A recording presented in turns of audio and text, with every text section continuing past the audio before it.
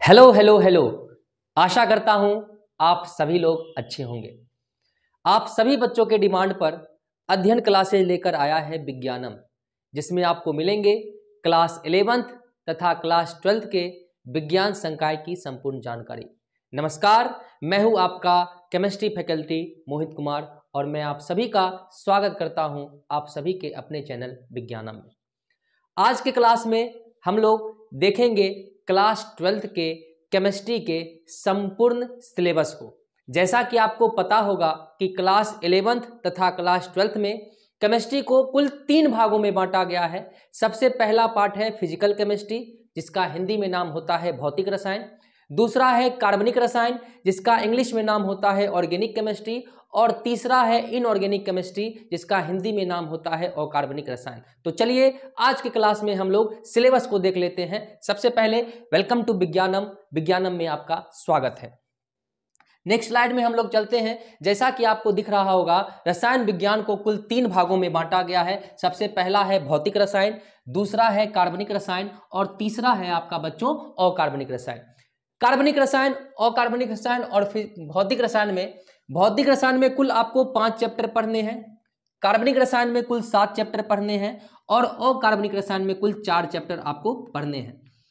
तो बारी बारी से हम लोग सभी रसायन को देख लेते हैं। भौतिक रसायन में कुल 5 चैप्टर है, जिसमें सबसे पहला चैप्टर होगा बच्चों आपको ठोस अवस्था, जिसका इंग्लिश में नाम होता है सॉलिड स्टेट। दूसरा चैप्टर है आपका बिलियन, जिसमें इसका इंग्लिश में नाम होता है सॉल्यूशन।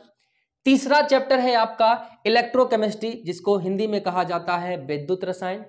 चौथा चैप्टर होगा आपको रासायनिक बलगतिकी, जिसका इंग्लिश में नाम होता है केमिकल काइनेटिक्स। और 5वां चैप्टर है पृष्ठीय रसायन, जिसका इंग्लिश में नाम होता है सरफेस केमिस्ट्री। तो कुल मिलाकर भौतिक रसायन में आपको 5 चैप्टर पढ़ना है।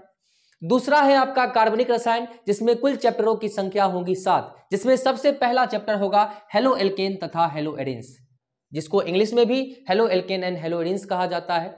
दूसरा चैप्टर होगा आपका एल्कोहल, फिनॉल और ईथर, इंग्लिश में भी एल्कोहल, फिनॉल और ईथर।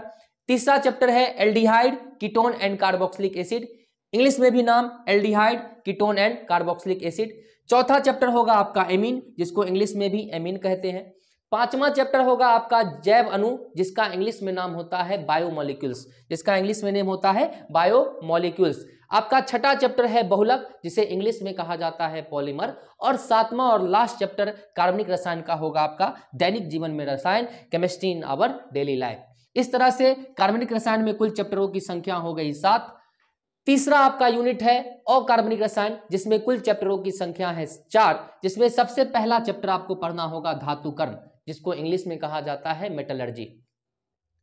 दूसरा चैप्टर होगा पी ब्लॉक के तत्व। और बच्चों आप लोग ध्यान दीजिएगा, इस पी ब्लॉक के तत्व से सबसे ज्यादा मार्क्स के सवाल आपके एग्जाम में पूछे जाते हैं। कुछ बड़ा चैप्टर है और इसको पढ़ने में कुछ वक्त भी लगेगा। तो पी ब्लॉक के तत्व, इंग्लिश में भी इसका नाम होता है पी ब्लॉक के एलिमेंट, पी ब्लॉक एलिमेंट। इसका तीसरा चैप्टर होगा डी एंड एफ ब्लॉक के तत्व। तीसरा चैप्टर है इसका डी और एफ ब्लॉक के तत्व,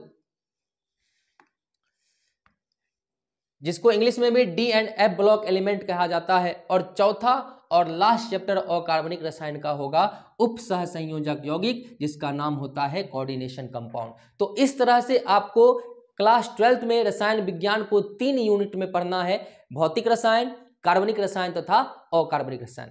तो चलिए बारी बारी से हम पहले शुरू करेंगे भौतिक रसायन। और भौतिक रसायन में आज का सबसे पहला चैप्टर होगा हमारा ठोस अवस्था। ठीक है, तो ठोस अवस्था में अब हम नेक्स्ट स्लाइड पर चलते हैं। ठोस अवस्था में देखिए सबसे पहला चैप्टर है आपका सॉलिड स्टेट, जिसमें इन यूनिटों को आपको क्लास 12th में पढ़ना है, इन सारे यूनिटों को ठोस अवस्था में। सबसे पहला यूनिट होगा, सबसे पहला टॉपिक होगा ठोस अवस्था, कि ठोस अवस्था क्या होता है, ये कितने प्रकार के होते हैं। दूसरा यूनिट है क्रिस्टलीय तथा अक्रिस्टलीय ठोस।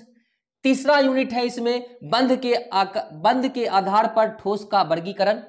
चौथा टॉपिक होगा इकाई, सेल तथा इनमें परमाणुओं की संख्या। 5वां टॉपिक होगा ए तथा आर के बीच संबंध।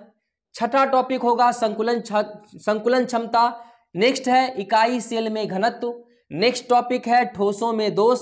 नेक्स्ट टॉपिक है विद्युतीय एवं चुंबकीय गुण। नेक्स्ट टॉपिक है धात्विक चालकता एवं चालक, और लास्ट टॉपिक होगा अर्धचालक एन टाइप तथा पी टाइप। तो इस तरह से हम लोग इन यूनिटों को पढ़ेंगे क्लास चैप्टर 1 में सॉलिड स्टेट में, ठीक है। तो नेक्स्ट क्लास में हम लोग शुरुआत करेंगे आपका पहला चैप्टर भौतिक रसायन का सॉलिड स्टेट। तब तक के लिए आज मैं अलविदा लेना चाहूंगा, मिलता हूं फिर नेक्स्ट क्लास में। तब तक के लिए थैंक यू, शुभ रात्रि।